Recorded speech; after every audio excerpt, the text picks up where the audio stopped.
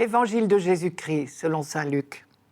En ce temps-là, Jésus disait à ses disciples : « Je suis venu apporter un feu sur la terre, et comme je voudrais qu'il soit déjà allumé. Je dois recevoir un baptême, et quelle angoisse est la mienne jusqu'à ce qu'il soit accompli. Pensez-vous que je sois venu mettre la paix sur la terre ? Non, je vous le dis, mais bien plutôt la division. Car désormais 5 personnes de la même famille seront divisées, 3 contre 2 et 2 contre 3. Ils se diviseront, le père contre le fils et le fils contre le père, la mère contre la fille et la fille contre la mère, la belle-mère contre la belle-fille et la belle-fille contre la belle-mère. »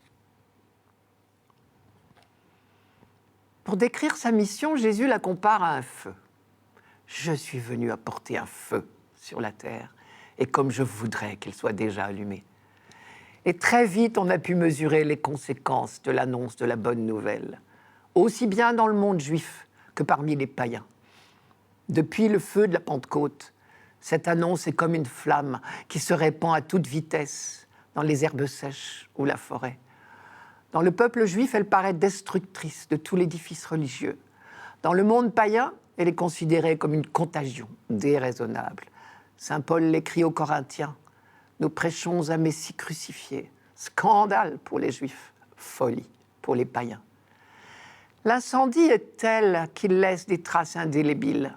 Ceux qui se laissent embraser par l'annonce de l'Évangile et ceux qui la refusent deviennent irrémédiablement antagonistes, même s'ils sont unis par les liens de la famille.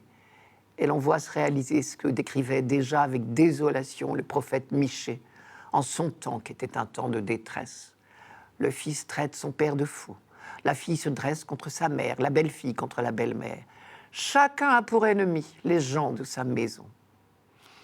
Quand Jésus annonce ses déchirures, ce n'est pas chez lui l'expression d'un pressentiment, il parle d'expérience. Rappelons-nous l'épisode de sa visite à Nazareth. Luc raconte, je cite, « Jésus, avec la puissance de l'Esprit de feu, revint en Galilée. Et l'on sait que l'une de ses premières visites fut pour le village de sa jeunesse. Après un moment d'enthousiasme, ses amis d'enfance et ses proches se retournent contre lui parce qu'il vient de leur dire que sa mission dépasse largement les frontières d'Israël. Je cite, « Tous furent remplis de colère dans la synagogue en entendant ces paroles.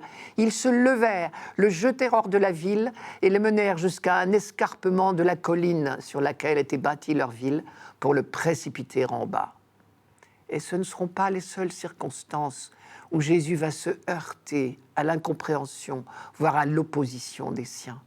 Saint Jean raconte « Ses frères eux-mêmes ne croyaient pas en lui ».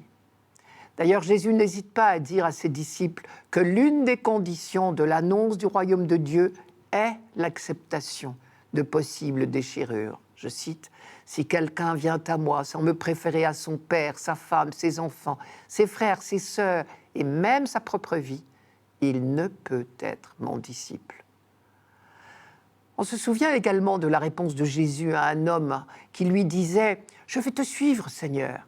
Mais d'abord, permets-moi de faire mes adieux à ceux de ma maison. » Et Jésus lui répondit « Quiconque met la main à la charrue, puis regarde en arrière, n'est pas fait pour le royaume de Dieu. » Le feu allumé par Jésus conduit à des choix radicaux. Pourtant, si l'on attendait un Messie en Israël, ce n'était évidemment pas pour qu'il apporte guerres et divisions déjà que trop présentes. Au contraire, on comptait bien sur lui pour apporter enfin la paix au monde. On connaissait par cœur, par exemple, les magnifiques prophéties d'Isaïe. Je cite Isaïe, « De leurs épées, ils forgeront des socs de charrues et de leurs lances des faucilles. On ne lèvera plus l'épée nation contre nation. On ne s'entraînera plus pour la guerre. » Ou encore, « Le loup habitera avec l'agneau, le léopard se couchera près du chevreau. » S'il est bien le Messie que nous attendons, nous sommes en droit d'attendre la réalisation de ces promesses-là. Et Jésus nous annonce au contraire des divisions aggravées apparemment. Pensez-vous que je sois venu mettre la paix dans le monde ? Non, je vous le dis, mais plutôt la division. Aurions-nous oublié que la paix ne se réalise pas par un coup de baguette magique ? Elle réclame une radicale conversion du cœur de l'homme. Et c'est à cette conversion que beaucoup s'opposeront de toute leur force. Rappelez-vous le jour de la présentation de l'enfant Jésus au temple de Jérusalem.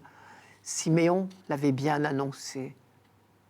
Il est là pour la chute et le relèvement de beaucoup en Israël et pour être un signe contesté, ainsi seront dévoilés les débats de bien des cœurs, avait dit Siméon.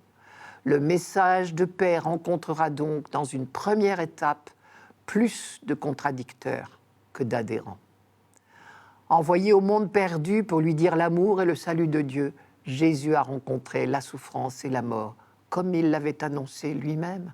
Et il faut que le Fils de l'homme souffre beaucoup, qu'il soit rejeté par les anciens, les grands prêtres et les scribes, qu'il soit mis à mort et que le troisième jour, il ressuscite. Ou encore, le Fils de l'homme sera livré aux païens, soumis aux moqueries, aux outrages, aux crachats. Après l'avoir flagellé, ils le tueront. Et le troisième jour, il ressuscitera. Mais sa résurrection, justement, doit nous donner tous les courages. L'Esprit est désormais répandu sur nous. Et c'est à nous de propager ce feu.